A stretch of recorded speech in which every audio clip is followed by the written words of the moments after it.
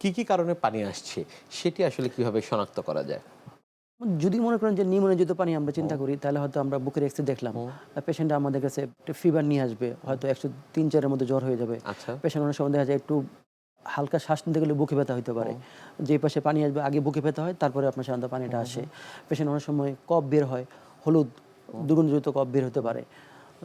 অনেক সময় দেখা যায় যে আপনার পেশেন্টের কাশিতে রক্তও যেতে পারে। তো এগুলো যদি আমরা চিন্তা করি হঠাৎ করে হইলো, অল্প সময় হিস্ট্রি, তাহলে আমরা চিন্তা করব নিউমোনিয়া জনিত কারণ কিনা। নিশ্চয়ই। আমার যদি আপনার পেশেন্টের হয়তো 3 সপ্তাহের বেশি কাশি, পেশেন্টের ওজন কমে যাচ্ছে, জ্বর আসতেছে এবং কাশিতে রক্ত যাচ্ছে, পেশেন্টের ফ্যামিলিতে কারো হয়তো টিবির হিস্ট্রি আছে, তাহলে আমরা চিন্তা করবো এটা টিবি জনিত কারণ কিনা, রাতে রাতে জ্বর যদি হয়।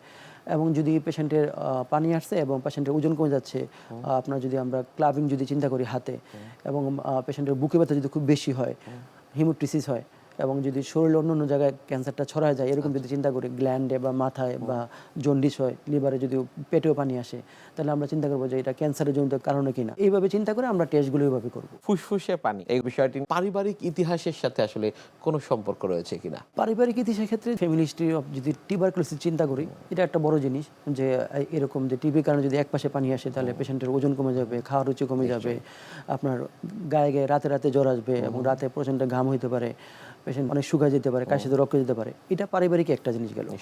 এখানে একটা খেয়াল রাখবে যে অনেক সময় কিন্তু পেশেন্টের জন্ডিসও হয়, মানে লিভারও ফিল করে পারিবারিকভাবে। হয়তো একজনের বাবার জন্ডিস আছে, ছেলে মেয়েদের অনেক জন্ডিস থাকতে পারে। তো যদি লিভারের কারণে হয়, এটা কিন্তু সিল্ড জনিত হেপাটাইটিস ভাইরাস, বি ভাইরাস, এটার কারণে কিন্তু এরকম হতে পারে। অনেক সময় দেখবেন যে বাবা মা কারো কিডনি ড্যামেজ হয়েছে, ডায়ালাইসিস করতেছে, তাদের কিন্তু বুকে পানি আসে। এখন ছেলে মেয়ে যদি কারো এরকম কিডনির সমস্যা থাকে, ওই কারণে কিন্তু পানি আসতে পারে। অনেক ক্ষেত্রে যদি আর্থাইটিস চিন্তা করেন, জেনেটিক কিছু থাকে, ওই কারণে কিন্তু পারিবারিকভাবে পানি আসতে পারে। তো টিবি ছাড়া আরও অনেকগুলো কারণে কিন্তু পারিবারিকভাবে পানি আসতে পারে। কাউন্সেলিং কিভাবে করে থাকেন আপনারা?